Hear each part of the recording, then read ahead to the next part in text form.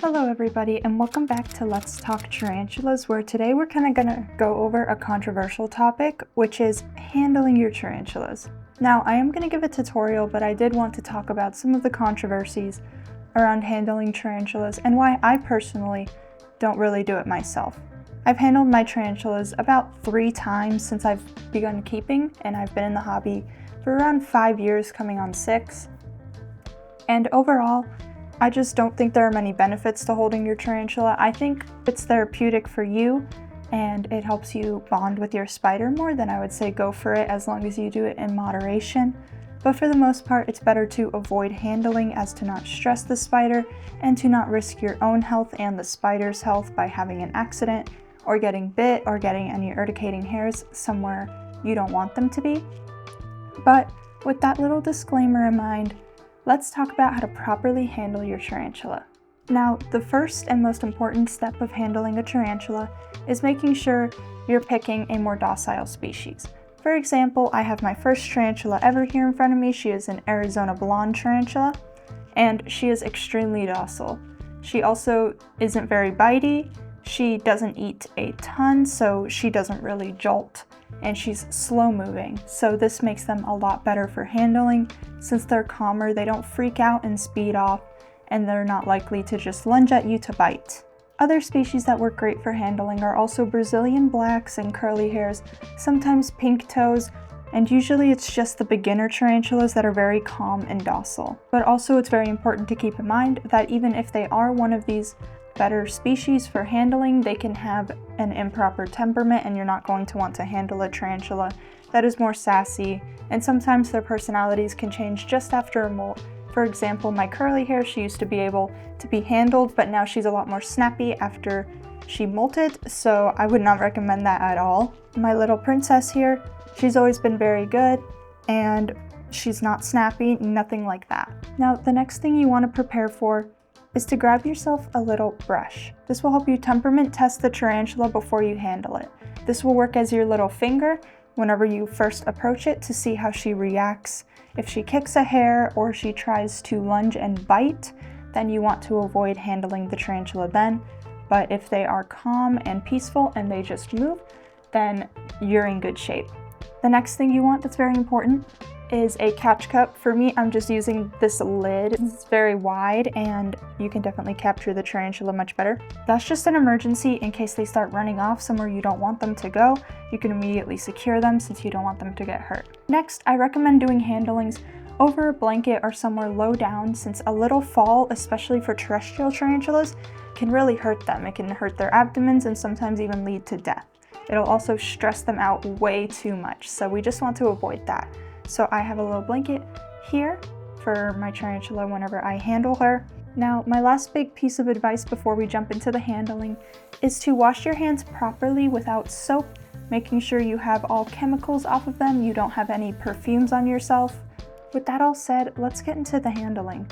Okay, now the first step of handling your tarantula is you want to become less anxious with it, and you can do this by just interacting around the enclosure until you're not very shaky about it anymore. I'm fine with my tarantulas, so this is not much of an issue for me. So here is the little baby. Arizona blondes do like to stick their abdomens up, so this is usually not a good sign in tarantulas, and it shows that they're going to kick, but with Arizona blondes, they do this very frequently. Especially mine, she loves to keep the abdomen up, so we're just going to temperament test her with the brush to see how she's feeling. We're going to tap her back leg and see if she strikes or if she tries to kick hairs, and that will tell us to back off. But if she doesn't, which I believe she won't, then we can go ahead with the handling. See how she's very calm and slow moving? This brush will work to move her onto our hand, and as you can see, she does not want to bite, which is a very good sign. She's very gentle, very accepting of new things. So we're going to try to get her onto my hand, even though she's kind of in the lowest part, which makes it a bit difficult. So I'm going to try to put my hand here and work her onto it. We're just going to slowly push her with the brush. Just very gentle. Maybe I want to get her on my right hand, but that would be ideal. But she's going to the left. So we're going to just guide her slowly, let her take her time. I don't think so. No, no, no, no. I don't think so. No, no, no, no. It's never, ever, ever, ever, ever, ever gonna Sometimes tarantulas don't like how your hand feels. They don't like the little fleshiness. I have handled her before, especially whenever I first got her, so I'm not very alarmed. Let's see. There she goes. She's made the first contact with my hand. She's moving slowly. I wish I could have flattened my hand more so it's much easier to lift it up without bothering her. But here she is. Going onto my hand, she's very calm, which is a great sign. I love this species. She was my first, and they're a fantastic handling species.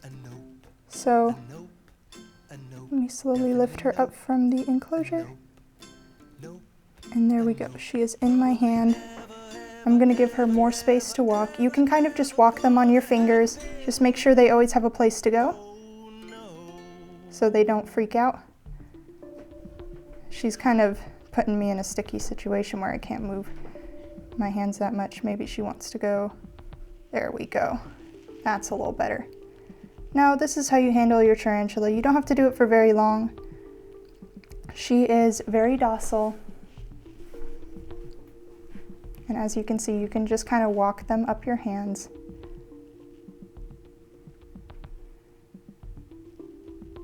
There we go. How sweet. Now, this tarantula, she's a sweetheart. She wouldn't bite me if I tried, so I'm very comfortable with handling her. She's a bit of a smaller species, but she's so cute, and as you can see, she's doing very well with the handling. I'm hoping a bit that she'll come onto the back of my hand so I can get her in the enclosure better. Come on. I think I'll just try to... I can't really get her onto the back of my hand since she stopped walking, so I'm just going to try to guide her onto this wood and put it back in her enclosure. Usually she likes the texture of this better than people, so she'll go to it, but nothing. Come on, little baby. Let me put the wood in there, grab my brush. She's not very interested in leaving, but I think with a little motivation, she will take a step. There we go. And she performed very well. She wasn't stressed during it, which I'm happy. She's very chill, and I think if your tarantula is super chill, then handling can be an awesome little activity. Overall, she did very well. She wasn't stressed at all, and she stayed very chill during the entire process. I think if you have a very calm tarantula like she is, then this can be a very amazing thing to do with them. Just definitely don't go over 15 to 20 minutes per session. And as you can see, she's going right back into her little hidey hole. But yeah, that's basically all you need to know for handling. And I think it can be very therapeutic if you are getting over arachnophobia to handle a tarantula. But overall, I think definitely keep it in moderation and only do it with tarantulas you're completely sure of, like I am with Princess.